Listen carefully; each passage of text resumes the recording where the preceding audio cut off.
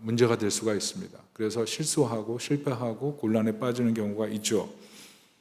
오늘 특별히 아론의 인생에서 가장 큰 슬픔의 사건을 보여줍니다. 나답 아비후 두 아들, 첫째 둘째가 한날 한시에 죽고 말았습니다. 근데 그 중심을 잘 보면 위선과 행위가 있습니다. 정확히 그 이유를 알 수가 없지만 8절 9절 보면 술을 먹고 성전에 들어가서 일을 했던 것 같습니다. 학자들이 왜 죽었는지 정확히 얘기해 주지는 못합니다. 그러나 적어도 분향단에 향로에 불을 붙일 때 다른 불을 썼다는 것을 보면 술을 먹고 제정신이 아니었다, 이렇게 추측할 수가 있습니다. 아론이 얼마나 슬펐을까요? 그러니까 위선과 행위라는 것, 이게 아무것도 아닌 것 같은데 시간이 지날수록 하나님과 멀어지게 만듭니다.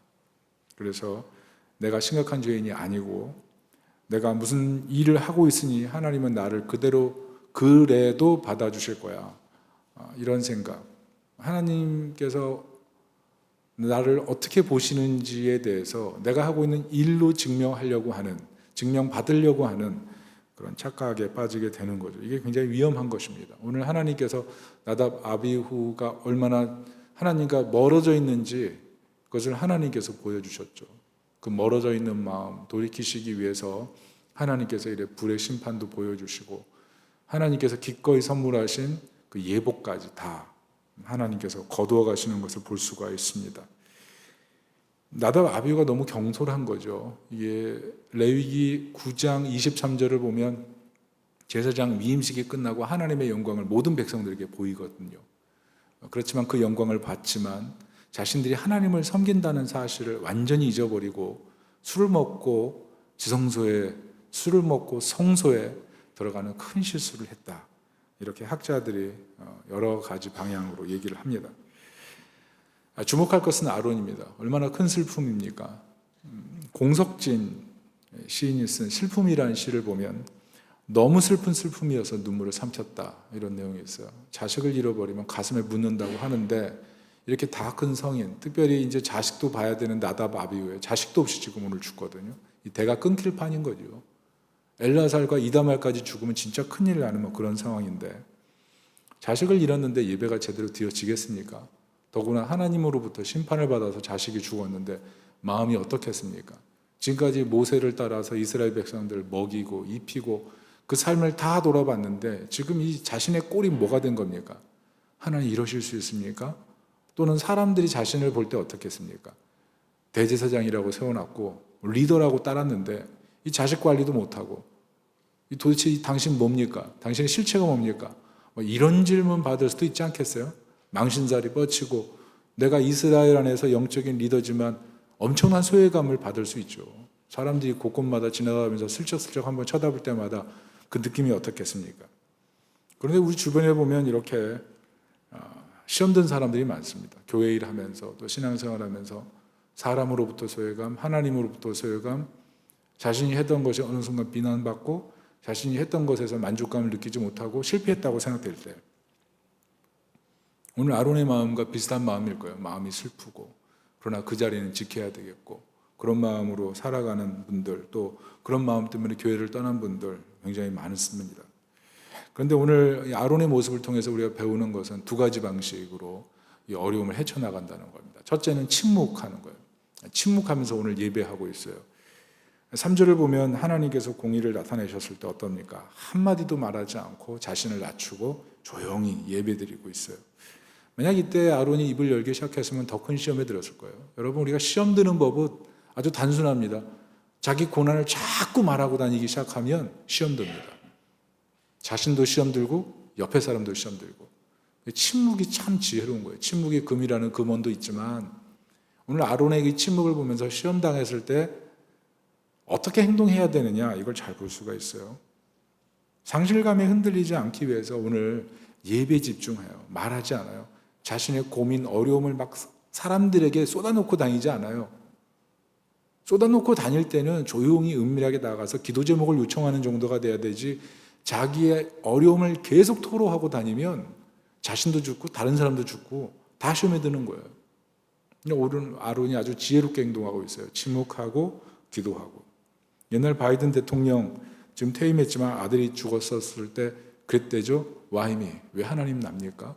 왜 이런 불행을 나에게 주십니까? 이게 우리 모두 고백 아니겠습니까? 그런데 나중에 생각을 바꿔서 Why me? 왜 꼭 나는 빼고 고난을 생각하지? 이런 생각했다잖아요. 나도 고난받을 수 있는데 왜 나만 고난받는지 하고 생각하면 이건 말이 합당하지 않지. 이런 생각하니까 아들의 죽음을 받아들일 수 있었다는 거죠. 우리가 인생에 참 불행이 닥칠 때 쉬운 문제가 결코 아닙니다. 그렇지만 적어도 침묵하면서 하나님의 긍휼을 구하는 그 마음이 있을 때 어려움을 조금씩 헤쳐나가는 것입니다. 두 번째는 자녀된 모습으로 오늘 아론이 예배드리고 있습니다. 그것을 어떻게 할 수가 있습니까? 원래 속죄 제물을 이렇게 태우고 나서 이 가슴 부분과 이 넓적다리 부분이 먹는 겁니다.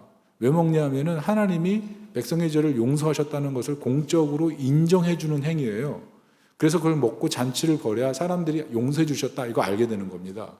그런데 지금 아론이 이다말과 엘라살과 함께 먹은 것이 아니라 다 태워버렸습니다. 그러니까 모세가 당황한 거죠. 나답, 아비후 죽었죠. 근데 지금 먹어야 될 재물 안 먹고 태워버렸죠. 그러니까 아득한 겁니다. 잘못하면 또 하나님 불 내려서 이 제사장 가문 싹 쓰러지면 이 앞으로 어떻게 이 이스라엘 백성들에게 대제사장 자리를 세울 수가 있습니까? 너무 곤란한 거죠. 모세가 너무 당혹스러워서 화를 낼 수밖에 없는 그런 상황이 됐습니다. 그런데 나중에 모세가 갑자기 태도를 바꿔서 도리어 아론을 향해서 20절에 뭐라 그럽니까? 우리가 잠깐 20절 한번 띄워주실래요? 20절 보면은 모세가 아론에게 도리어 부드럽게 말해요. 이 말을 듣고 보니 모세가 그렇게 했다는 생각이 들었다. 이 개역개정으로 보면 이렇게 써 있습니다. 모세가 그 말을 듣고 좋게 여겼더라. 이 아론의 말을 듣고 갑자기 모세의 마음이 급 반전을 했습니다. 그 이유가 뭘까요? 19절. 우리 한번 19절 개역개정으로 읽어보도록 하겠습니다. 개역개정 그 다음에 보시면 있어요. 네, 이겁니다. 같이 읽어볼게요. 시작. 아론이 모세에게 이르되 오늘 그들이 그 속죄제와 번제를 여호와께 드렸어도 이런 일이 내게 임하였거늘 오늘 내가 속죄제물을 먹었더라면 여호와께서 어찌 좋게 여기셨으리요. 이 말 뜻이 무슨 말이냐면 자신이 슬픈 감정이 있어서 주체할 수 없는 고통이 있었어요. 정말 불행감이 있었습니다. 그래서 이 불행감을 이기지 못해서 하나님을 도발하고 하나님께 반항하는 마음으로 재물을 태워버린 것이 아니고 이 슬픈 감정에서 잔치하는 마음으로 재물을 먹고 있으면 어떻게 하나님이 이것을 기뻐 받으시겠습니까? 슬픈 감정을 하나님이 받아주실 거라는 생각을 갖고 저는 재물을 다 태워드리며 저의 슬픔까지 다 태워 올린 것입니다. 이런 고백을 했다는 거죠. 그래서 모세가 그것을 보면서 하나님이 받으시겠구나 이 생각을 했다는 겁니다. 이것을 좀 더 정밀히 보자면 히브리어 원어를 보면 됩니다. 히브리 원어를 보면 좋게 여겼다 이 단어가 야타브인데 이 야타브라는 단어가 20절에도 나오고 19절에 아론의 고백을 통해 나오죠. 야타브. 야타브의 뜻은 어여쁘다, 좋다, 훌륭하다, 만족하다 이런 뜻입니다. 아론이 내가 만약 이것을 먹었으면 하나님이 만족하셨겠습니까? 어여삐 보셨겠습니까? 도리어 다 태워드리는 것을 더 어여삐 보지 않았겠습니까? 이런 말로 했더니 모세가 그 말을 듣고 그래 그 말이 맞습니다. 다 태워드리는 것을 하나님 더 기뻐 받으셨겠죠. 당신이 당신의 불행감까지 다 그것을 태워서 같이 보냈기 때문에 당신이 지금 그 얘기를 하고 있군요. 그것을 인정했다는 거죠. 그래서 모세가 아론의 얘기를 듣고 낯빛이 밝아진 겁니다. 마음이 밝아진 거예요. 다시 말하면 아론은 이 사건 속에서 연단을 받고 하나님 앞에 제물을 다 태워드릴 수 있었다는 거죠. 여기에 의미가 있는 거예요. 고통스러울 때 아론은 자신의 불행에 좌절해서 절망한 것이 아니라 하나님 앞에 마음을 다잡고 하나님이 받으실 만한 예배로 하나님 앞에 나아갔다는 것입니다. 야타브 이 단어가 중요해요. 잠언 15장 13절 보면 마음의 즐거움은 얼굴을 빛나게 한다 그랬거든요. 마음의 즐거움. 모세가 아론의 얼굴을 보면서 마음의 즐거움을 얻은 거예요. 근데 마음의 즐거움은 얼굴을 빛나게 한다 할 때 이 빛나게 한다가 야타브거든요. 그러니까 아론의 모습을 보면서 모세의 마음이 즐거워졌고 밝아졌어요. 그것은 왜냐하면 아론의 마음이 불행 속에서도 하나님과 가까이 하려고 하는 그 마음, 자기가 먹어야 될 재물까지 다 태워드리면서 자신의 슬픔까지 하나님 앞에 다 태워드리는 그 마음을 볼 때 모세의 마음이 즐거워졌다는 거예요. 모세의 마음이 위로를 받았다는 거죠. 무슨 말입니까? 아론도 하나님 앞에 그렇게 예배 드리면서 그 불행 속에서 점점 벗어나오고 있는 그 모습이었다는 것입니다. 우리가 이것을 통해서 우리 인생에 닥친 불행의 문제를 어떻게 해결할지를 발견하게 되는 겁니다. 하나님 앞에서 그 불행이 너무나 큰 문제지만 그럼에도 불구하고 하나님께 더 가까이 가려고 하는 마음, 하나님께 내 인생의 문제를 맡기려고 하는 그 마음으로 하나님 앞에 예배를 드리고 전심으로 예배 드릴 때 하나님께서는 그 마음을 받아주시고 귀하게 보신다는 겁니다. 오늘 모세가 귀하게 여겼다는 것은 결국 하나님이 받으셨다는 것을 의미한다는 것이죠. 오늘 아론은 자신이 먹어야 될 것까지 다 태워드리면서 하나님, 제가 비록 불행이 있지만 이 불행 속에서 예배드리면서 하나님의 은혜를 붙들고 내가 이 불행 속에서도 하나님이 부르신 이 제사장의 직분을 여전히 감수하면서 나보다 더 불행 가운데 있는 사람들이 어떻게 위기 속에서 돌파하고 나가야 될지를 보여주는 예배자가 되기를 원합니다. 이게 오늘 아론의 모습이었다는 겁니다. 여러분, 히브리어로 복은 보통 바라크, 아세르 두 가지로 얘기합니다. 복은 하나님 아버지가 주시는 세상적인 복, 이게 복이에요. 바라크. 많은 사람들이 이 바라크의 복을 좋아하죠. 그런데 예수님께서 신약에 오면 복음서를 통해서 팔복을 얘기하실 때 이 팔복에서 말하는 복이 뭐냐면 바라크가 아니고 아세르입니다. 이 히브리어가 아세르고 이게 헬라어로 바꾸면 마카리오스 뭐 이겁니다. 마카리오이 이렇게 얘기를 하는데 복을 받은 자여 심령이 가난하면 이렇게 얘기했어요. 무슨 말이냐 하면 바라크라는 것은 이 세상적인 가치를 받을 때 이 복이라고 생각했지만 사실은 아무리 세상적인 가치로 복을 받아도 하나님과의 관계가 망가지면 세상적인 복이 의미가 없어진다는 거예요. 그래서 예수님께서 말씀하신 진정한 복은 하나님과의 관계의 복, 하나님과의 관계의 복이 온전해질 때, 심령이 가난한 마음으로 하나님을 찾을 때 그 사람이 진짜 복을 누리는 사람이라는 거죠. 그게 아셀의 복이에요. 그런데 세 번째 하나 더 복을 추구한다면 이 야타부의 복인 겁니다. 이 야타부의 복이 뭐냐면 하나님의 은혜를 의지해서 다른 사람을 유익하게 하려고 하는 복, 이게 야타부의 복. 세상에 풍파가 많고 깎이는 일들 많고 마음에 상하는 일 많은데 그러나 그 상하는 일 많음에도 불구하고 하나님의 은혜를 여전히 의지해서 예배드리면서 세상 속에서 하나님의 사람으로 살아가는 것, 세상 속에서 하나님의 사람으로 살면서 선한 영향력을 끼쳐가는 것, 그게 야타부의 복이라는 뜻이죠. 창세기 32장 9절을 한번 보겠습니다. 같이 읽어볼게요. 시작. 야곱이 또 이르되 내 조부 아브라함의 하나님, 내 아버지 이삭의 하나님 여호와여, 주께서 전에 내게 명하시기를 내 고향 내 족속에게로 돌아가라, 내가 내게 은혜를 베풀리라 하셨나이다. 여기서 은혜를 베풀다, 은혜를 베풀리라가 야타부예요. 무슨 뜻이냐면 야곱이 하나님께 베델에서 서운하고 하나님의 은혜를 경험했습니다. 그러나 라반의 집에 가서 평생 동안 고생했어요. 얼마나 고생 많이 하는지 몰라요. 품삯도 여러 번 바꾸고 라반 밑에서 수모를 많이 겪은 것 같아요. 고생하다가 나 이제 인생 어떻게 사나 이런 절망에 빠졌을 때 하나님 나타나셔서 고향으로 돌아가라, 내가 거기서 은혜를 베풀 거다 이렇게 얘기하셨는데 결국 그 하나님께서 은혜를 베푼다는 복이 뭐였냐면 야곱의 12아들이 12족속이 돼서 이스라엘의 지파를 형성하고 그 가운데 유다 같은 경우에는 메시아 가문을 형성해서 예수 그리스도를 오게 하는 영광스러운 복으로 쓰임받았다는 거죠. 야곱 한 사람의 인생을 바라보면 참 불행이 많고 굴곡이 많은 인생이었는데 하나님께서는 그 굴곡 많은 인생을 통해서 세상에 복이 임하게 하는 큰 축복의 통로로 세워주셨다는 겁니다. 이게 바로 야타부의 복인 거예요. 오늘 아론은 자신의 불행이 있었지만 그 불행 속에서도 재물을 다 태워드리면서 하나님 앞에 자신의 마음을 지키고 자신의 직분을 지키면서 하나님께 나아가는 위기 속에서 어떻게 살아야 될지를 보여주는 복의 모습으로 우리에게 보여준다는 겁니다. 여러분, 무엇보다 아론이 어떤 사람입니까? 아론은 출애굽하고 나서 이스라엘 백성들에게 가장 큰 불행을 안겨준 사람입니다.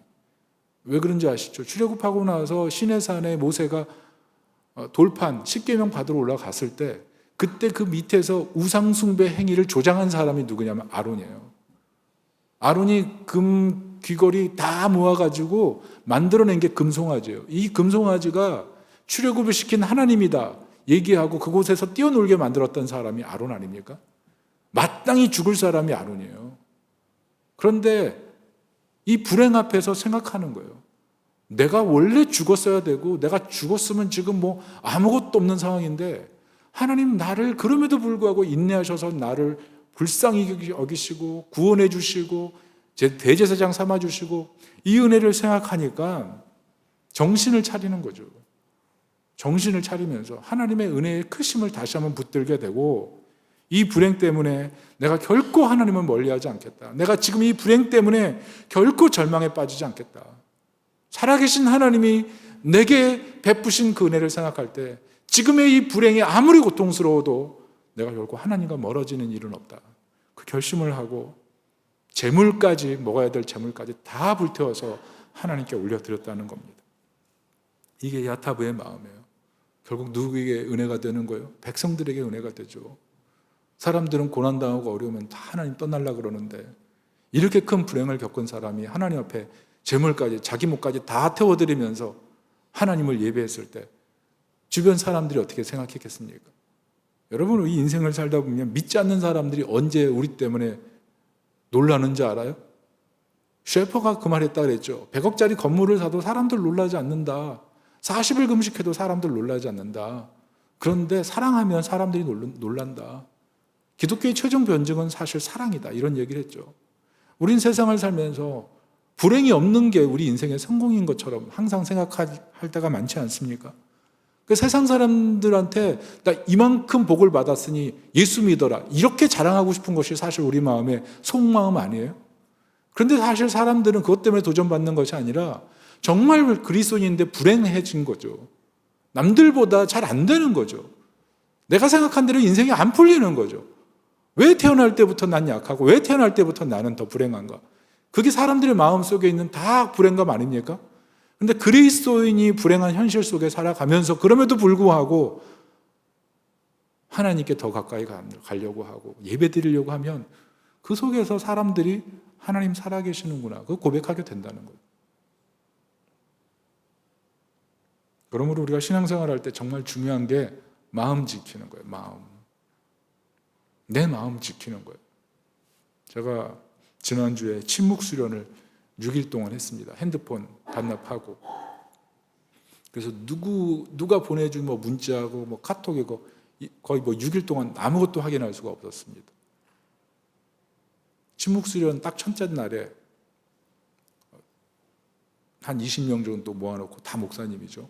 모아놓고 돌을 군데군데 놔두고 질문하더라고요. 저기 있는 게 뭡니까? 돌입니다. 지금부터 돌을 묵상하십시오. 돌과 대화를 해보십시오. 모두 충격받았어요. 세상에 무슨 돌과 대화를 해. 침묵까지는 좋은데 돌과 대화할 수가 있나? 우리 이성적 사고를 갖고 있던 이 목사님들 다 흔들렸어요. 근데 침묵하니까 말을 못하고 돌과 대화해보자. 그런데 돌을 이렇게 바라보는데 끝나고 나서 나누는 시간을 줬더니 여러 얘기가 많더라고요.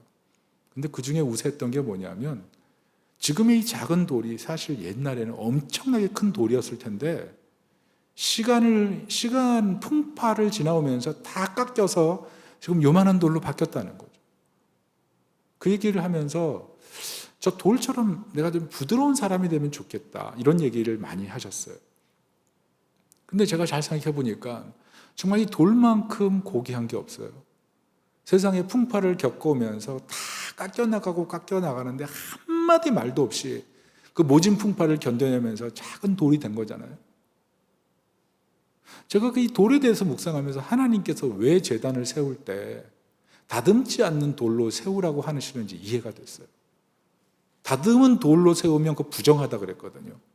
왜 다듬지 않은 돌로 세우라고 했냐면 하나님의 뜻에 대해서 철저하게 순응한 그 모습으로 쌓은 제단, 그게 정말 아름답다는 거예요.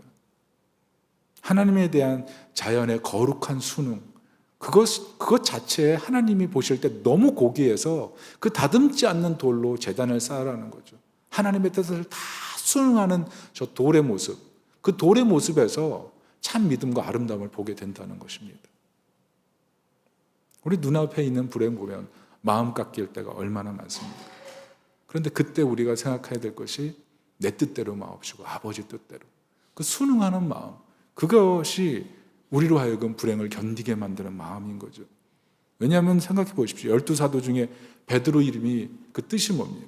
예수님 부르실 때도 반석이라 할 거다 이렇게 얘기하셨잖아요. 이 반석에 내 교회를 세울 거다 그렇게 말씀하셨어요. 그 이유가 뭐냐면 마태복음 16장 18절에 베드로가 예수님 바라보면서 주는 그리스도시요 살아계신 하나님의 아들입니다 이 고백을 했기 때문에 이 반석, 이 믿음 위에 내가 교회를 세울 거라고 얘기하셨습니다. 그런데 우리가 알다시피 베드로가 어땠습니까? 그 고백한 뒤에 예수님께 정말 잘했습니까? 제자들 사이에서 자기 맏형처럼 노릇하려고 이것저것 쑤시고 다니면서 자기 리더십 자랑하려고 했고, 그리고 결정적으로 예수님 십자가에 못 박히려고 대제사장들 앞에서 수모당할 때 예수님 모욕하고 절대로 떠나지 않는다고 해놓고 예수님 떠나고 도망치면서 난 저 사람 모른다고 그렇게 과감하게 말했던 사람 베드로 아닙니까? 그 사람이 어떻게 반석이에요? 근데 요한복음 21장에 그런 베드로를 찾아오셔서 내가 날 사랑하느냐 이렇게 물으셨을 때 베드로가 다 무너진 거 아니에요? 자신의 인생에 정말 의지하고 따랐던 그 예수님을 자신이 부인했다는 사실이 얼마나 고통스러웠어요. 그런데 반석이라고 부르셨던 그 예수님이 다시 찾아오셔서 나를 반석 삼아 주시려고 하는 그 초대에 베드로가 무너지는 거죠. 제가 주님 사랑하겠습니다. 제가 오직 주님 사랑하겠습니다. 결국 그 자리에서 반석이 되는 거 아니겠어요? 그 자리에서 반석이 된 거예요. 그 믿음이 많은 사람들을 구원한 거예요. 그런 것처럼 오늘 아론이 엄청난 이 불행감 안에서 재물을 다 태워드리고 하나님 앞에 야타르의 모습으로 선 것은 이스라엘 사회에 큰 충격과 큰 파장을 일으켰을 겁니다. 그 모습이 사실 불행을 겪어내는 우리 예수님을 믿는 사람들의 모습이고 하나님 자녀가 갖춰야 될 모습이라고 생각합니다. 대표적으로 욥이 그렇죠. 욥이 뭐라 그럽니까? 욥기 10장 1절 우리 다 같이 한번 읽어볼까요?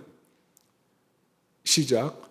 산다는 것이 이렇게 괴로우니 나는 이제 원통함을 참지 않고 다 털어놓고 내 영혼의 괴로움을 다 말하겠다. 산다는 것이 이렇게 괴로우니. 욥처럼 불행한 사람이 어디 있어요? 자식 잃고 재산 잃고 건강 잃고 사랑하는 부인은 하나님을 욕하고 죽으라고 하고, 이건 총체적인 불행이죠. 그 불행 속에서 산다는 것이 이렇게 괴로우니, 이게 인생의 불행을 경험하고 있는 정말 절망적인 사람의 고백 아니겠습니까? 근데 그 고백으로 끝나는 것이 아니라 뭐라 그래요? 내가 이 고통을 하나님 앞에 다 털어놓고 내 괴로움을 하나님 앞에 다 쏟아놓겠다. 사는 것이 인생의 괴로움이 많지만 이 연약함에도 불구하고 나는 하나님 놓치지 않으리라. 마음 지키는 거예요. 마음. 이 자녀의 마음이에요. 자녀의 마음. 마음 지키면서 침묵하고 자녀됨으로 예배드리면서 하나님 붙들고 가리라. 나는 여전히 불행하지만 하나님은 여전히 내게 은혜를 베푸실 수 있는 그 하나님이다. 내게 때로 하나님께서 은혜를 걷어가신다 하더라도 여전히 하나님은 나의 하나님이다. 이 자녀됨의 고백이고 마음이었다는 것입니다. 그런데 은혜가 무엇이냐면 우리에게 이 복이 여전히 공급되고 있고 더 풍성하게 임하고 있다는 겁니다. 왜냐하면 예수님께서 아론보다 더 완전한 대제사장으로 오셔서 자신을 친히 속죄 제물로 하나님 앞에 드리시고 우리를 자녀 삼아 주셨기 때문에 그렇습니다. 이것이 신학적인 말로 대속이라는 말입니다. 예수님은 우리의 모든 불행을 위해서 대신 죽으셨기 때문에 우리가 이 땅에 살면서 어떤 불행의 길을 걷는다고 해도 우리의 자녀됨을 놓지 않으시고 흔들리지 않도록 꿋꿋하게 붙드시고 우리를 이끌어 가시는 사랑, 이것이 바로 하나님의 사랑이고 그리스도의 희생의 결과인 것입니다. 우리는 내가 전혀 하지 않은 의의 대가로 상을 받고 예수님은 자신이 전혀 하지 않은 죄의 대가로 벌을 받으시는 것, 그게 대속 아니에요. 예수님은 아무 잘못이 없는데 우리 때문에 죽으시고 우리는 너무 많은 잘못을 했는데 예수님 때문에 우리가 상을 받는 것. 이 대속의 은혜를 조금만 생각해도 얼마나 하나님이 우리를 사랑하시는지 알 수가 있죠. 우리는 그 안에서 사실은 자녀됨의 진정한 정체성을 발견하는 거예요. 나는 조건 없이 하나님의 사랑을 입은 사람이라는 것. 인생을 살면 자꾸 조건을 만들어서 사랑받는 자로 사는 게 훈련되어 있지 않습니까? 이렇게 해야 더 사랑받아, 이렇게 해야 더 인정받아, 이렇게 해야 더 행복해. 그런데 신앙생활 하면서도 자꾸 조건을 갖고 와서 내가 이렇게 했으니 나를 사랑해 주세요, 이렇게 했으니 날 인정해 주세요. 교회에서도 그렇게 신앙생활 할 때 얼마나 많아요. 그런데 우리는 예수 그리스도를 통해서 죄가 있어도, 내가 실패해도, 어떤 잘한 일이 있어도, 못한 일이 있어도, 못한 일 있고 잘못한 일이 있어도 여전히 이 자녀됨이 흔들리지 않는다는 거예요. 내가 완전하지 않아도 여전히 하나님이 날 사랑한다는 것입니다. 여러분, 이것을 믿으십니까? 이 믿음이 있어야 돼요. 이것을 신학적으로 수동적인 의와 능동적인 의라고 얘기합니다. 로마서 3장 21절, 22절 같이 한번 읽어볼게요. 시작. 이제는 율법 외에 한 의가 나타났으니 율법과 선지자들에게 증거를 받은 것이라. 곧 예수 그리스도를 믿음으로 말미암아 모든 믿는 자에게 미치는 하나님의 은이 차별이 없느니라. 이게 수동적 의예요. 예수님이 제물로 죽으셨기 때문에 우리는 내 행위로 의로워지지 않고 그리스도의 공로로 의로워졌다는 것입니다. 우리는 매일 죄져요. 내가 하나님의 자녀 맞나 이런 생각하잖아요. 그런데 맞아요. 하나님의 자녀예요. 우리는 내가 의롭게 행동해서 하나님이 나를 자녀 삼아주신 것이 아니라 예수 그리스도께서 의로우시기 때문에 우리를 하나님 자녀로 삼아주신 거예요. 우리를 의롭게 봐주시는 거예요. 이게 수동적인 의예요. 이 수동적인 의를 늘 붙들어야 돼요. 그래야 넘어지지 않는 거예요. 넘어져도 다시 일어날 수 있는 거예요. 뿐만 아니라 예수님께서 또 우리에게 하신 은혜가 뭡니까? 능동적인 의예요. 이게 무엇이냐면 우리 안에 임하셔서 하나님으로부터 양자가 되게 하시고 성령께서는 우리의 자녀됨을 또 매일 깨우쳐 주셔서 이 능동적인 의 때문에 자녀로 살아가게 하죠. 자, 로마서 8장 15절 16절, 갈라디아서 4장 7절 같이 합독하겠습니다. 시작. 너희는 다시 무서워하는 종의 영을 받지 아니하고 양자의 영을 받았으므로 우리가 아빠 아버지라고 부르짖느니라. 성령이 친히 우리의 영과 더불어 우리가 하나님의 자녀인 것을 증언하시나니 그러므로 내가 이후로는 종이 아니요 아들이니 아들이면 하나님으로 말미암아 유업을 받을 자니라. 우리가 아들 되었다는 겁니다. 그래서 아빠 아버지 하나님을 향하여 이렇게 부를 수 있게 되고 저 하늘의 유업을 이어받을 자로 이 땅을 살게 되는 행복을 누리게 된다는 거죠. 평생 환대받는 특권을 얻은 사람. 예수님의 능동적인 의 때문에 그래요. 예수님이 이 땅에 오셔서 우리 대신 율법을 다 성취하셨어요. 율법을 다 성취하셨어요. 예수님이 능동적으로 이 땅에 오셔서 의를 다 이뤄버리셨어요. 그래서 우리가 하나님의 법정에 섰을 때 율법을 이루지 못한 사람이 아니라 율법을 이룬 사람으로 받아들여지는 거예요. 왜? 예수님의 능동적인 의, 율법 성취를 통해서 우리가 하나님의 자녀로 온전히 받아들여지는 거죠. 이 자녀됨의 사건, 입양되는 사건, 이게 복인 것입니다. 이 믿음을 가질 때 하나님은 이것을 기뻐하시고 우리를 만족히 여기시는 거예요. 오늘 아론이 그 큰 불행감 속에서도 여전히 하나님은 나의 하나님이고 내게 은혜를 베푸시는 하나님이라는 사실을 붙들고 하나님 앞에 나아갔을 때 하나님이 야타를 하시고 좋게 여기시고 그 아론의 그 불행을 도리어 하나님의 은혜를 흘려보내는 방식으로 사용하시는 것처럼 하나님이 여전히 이 자녀됨의 믿음을 가지고 인생의 불행을 버티고 나아가는 한 사람 한 사람을 통해서 세상 속에 야탈의 복을 흘려보내시는 줄로 믿습니다. 레위기에 고와 과부를 돌보라는 말씀이 있어요. 왜 그러냐면 고난 때문에 하나님 은혜 모를까 봐. 그래서 너희가 손과 발이 돼서 야타부의 복을 흘려주라는 얘기예요. 근데 근본적으로 왜 이렇게 해야 되냐면 너희는 원래 자녀가 아니라는 거예요. 너희는 원래 자녀가 아니었기 때문에 은혜를 받았기 때문에 이제는 연약한 자를 돌보는 야타르의 복의 사람이 되어야 된다는 그 얘기를 하는 것입니다. 여러분 얼마나 은혜 받은 마음 흔들릴 때 많아요? 그런데 어떤 시험이 와도 우리가 자녀되었다는 이 믿음, 이것이 너무나 큰 복이라는 것을 기억하고, 그리고 이 복을 지키고 있을 때 누군가에게 세상에 흘려보낼 수 있는 사람이 되면서 결국 나만 행복한 것이 아니라 세상 공동체까지 변화시키는 거예요. 그래서 이 믿음을 지키는 것이 세상에 너무나 큰 복인 것입니다. 이것을 믿으십니까? 힘든 세상 속에서 이 믿음을 지키고 이것이 진짜 복이라는 그 믿음을 가지고 사시는 하나님 백성이 되시기를 바랍니다. 말씀의 결론을 맺습니다. 세상을 살 때 불행은 많고 죄도 많습니다. 그 속에서 내가 하나님 자녀로 내가 의롭다? 세상 사람들보다 덜 성공함에도 불구하고 내가 행복하다? 그 정체성을 지키는 것은요, 쉽지 않은 문제입니다. 그런데 그때 자녀됨의 은혜를 붙들어야 돼요. 자녀됨의 은혜. 세상 어떤 불행이 와도 이 자녀됨의 은혜는 흔들리지 않는 거예요. 수동적인 의와 능동적인 의, 그리스도를 통해서 우리는 완벽히 하나님께 용납됐어요.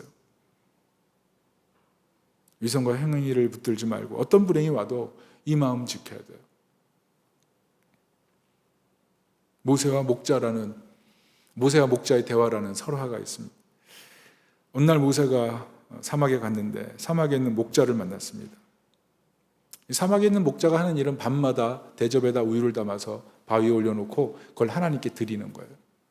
모세가 얘기했어요. 하나님은 순수한 신이기 때문에 그거 안 먹습니다. 목자가 믿질 않아요. 왜요? 무슨 말이에요? 항상 우유를 드셨어요. 모세가 기가 차죠. 그래서 목자와 함께 우유 올려놓은 대접을 물끄러미 몰래 지켜보기로 했습니다. 자, 우유를 누가 먹었을까요? 하나님이 뭐가 이렇게 내려와서 꽂고 뭐 드셨을까요? 아니에요. 하나님이 드신 게 아니라 사막 여우가 와가지고 홀짝홀짝 다 먹고 갔어요. 그것을 보고 모세가 얘기합니다. 봐요, 하나님 먹은 거 아니죠? 그랬더니 지금까지 하나님 먹은 줄 알고 드신 줄 알고 좋아했던 이 목자가 시험 든 거예요. 아니, 지금까지 하나님 다 드신 줄 알고 지금까지 이 귀한 우유를 갖다 바쳤는데 이게 뭐람? 모세가 으쓱하죠. 하나님은 순수한 신입니다. 딱 이랬단 말이죠. 근데 그날 밤에 모세가 하나님 말씀하시는 걸 들었어요. 하나님 말씀이 뭐냐면, 모세야, 나는 순수한 신이라서 우유를 받지 않는 게 맞다. 그렇지만 나는 그 우유를 기뻐했다. 그리고 그 우유가 내게는 필요가 없기 때문에 사막 여우에게 먹도록 해준 것이다. 그 얘기를 모세가 들었다는 거죠. 여러분, 이 설화가 얘기하는 게 뭡니까? 우리가 세상을 살면서 하나님에 대해서 안다 그런 것들 중요할 수 있어요. 그게 우리 신앙과 신학을 바탕에 해서 어려움을 이겨갈 때가 많습니다. 그러나 정말 불행이 다가올 때는요, 정말 필요한 건 뭔지 아세요? 이 마음 지키는 거예요. 마음. 하나님께, 어려운 가운데서도 하나님께 가까이 나가려고 하는 이 마음. 그 마음을 무너뜨리는 것을 하나님, 모세에게 말씀하시면서 그 기뻐하지 않았다는 거죠. 하나님께 어떤 어려움에도 하나님께 가까이 나아가려고 하는 그 마음, 그 마음이 자녀된 마음인 거죠. 어떤 수사 3명이 영적으로 유명한 주교에게 찾아왔대요. 그리고 당신은 신령하니까 저희가 기도할 수 있는 기도문을 좀 주십시오. 제가 그 기도문을 가지고 열심히 기도하려고 합니다. 그래서 기도문을 쫙 써주진 않고, 그 당시엔 조의가 중요하니까 이렇게 얘기를 해줬어요. 그래서 3사람이 다 듣고 이렇게 기도하겠습니다 훅 떠났단 말이죠. 그리고 얼마 지나가지고 수사가 급히 어디 갈 일이 있어서 배를 타고 강을 따라 막 가고 있는데, 갑자기 주교가 이렇게 배를 타고 지나가는데 수사 3명이 주교님 하면서 막 강을 따라 걸어오더래요. 그러더니 이제 급기야 어떻게 했냐면 강 위를 막 뛰어 들어와가지고 주교님에게 말을 걸었어요. 그 질문이 뭐냐면, 주교님, 지난번에 기도문을 주셨는데 사실 기도문을 다 까먹었습니다. 기도문을 좀 다시 좀 알려주십시오. 그렇게 얘기했다는 겁니다. 근데 이 주교가 사실 지금 너무 놀랐어요. 왜냐하면 이 3명의 수사가 물 위에 떠 있거든요. 강을 막 달려오더니 물 위를 걸어가지고 이 주교 옆에서 이 기도문 달라 그러니까 이 주교가 할 말이 없는 거죠. 그렇게 얘기했대요. 당신들은 지금 기도문이 필요한 것 같지는 않습니다. 그러면서 궁금해서 물어봤대요. 도대체 무슨 기도를 드렸습니까? 그랬더니 이 3명의 수사가 그랬대요. 하나님도 성부, 성자, 성령 세 분이시죠. 우리도 세 명인데요. 불쌍히 여겨주세요. 불쌍히 여겨주세요. 불쌍히 여겨달라는 그 마음으로 계속 하나님 앞에 기도했다는 거예요. 여러분, 우리 인생에 불행이 올 때 우리 마음 지키는 게 쉬운 일이 아닙니다. 그런데 그때 우리가 할 수 있는 마음을 지키는 최고의 고백이 뭔지 아세요? 하나님께 가까이 나가서 하나님 나를 불쌍히 여겨주세요. 하나님 나를 긍휼히 여겨주세요. 오늘 아론의 고백이 그거예요. 번제물, 자기 몫으로 들어온 것을 다 태워 하나님께 올려드리면서 하나님 나를 불쌍히 여겨주세요. 내 아들이 죽고 내 불행감이 너무 크고 내가 지금 정서적 소외감이 너무 크고 이 상황에서 나는 완전히 실패자 같은데, 그러나 그럼에도 불구하고 내게 여전히 은혜를 베풀어 주시는 그 하나님의 사랑을 제가 신뢰하고 예배드립니다.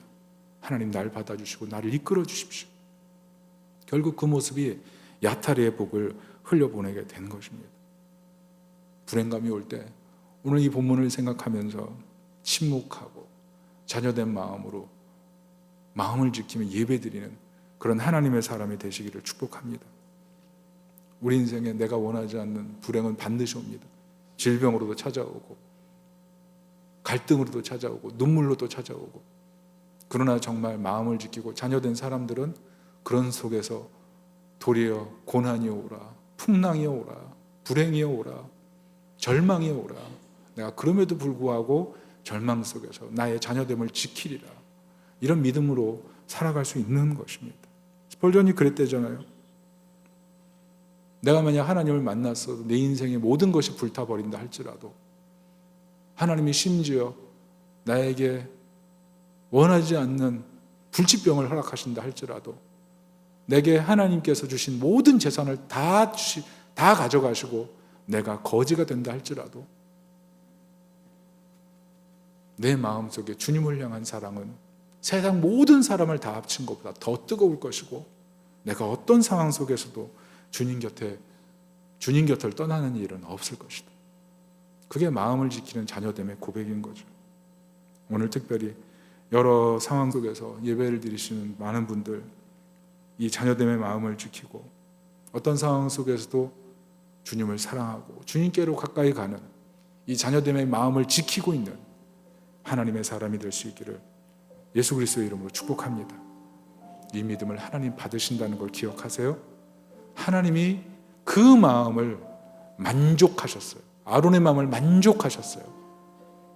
십자가의 보배로운 피에 다 적셔져 있는 우리가 하나님의 은혜를 붙들고 불행 가운데 서 있을 때 하나님 우리를 받으시고 은혜 베푸실 줄로 믿습니다. 우리 옆 사람들에게 인사합시다. 하나님이 당신을 온전히 다 받으십니다. 우리 찬양합시다. 나의 하나님 찬양합시다.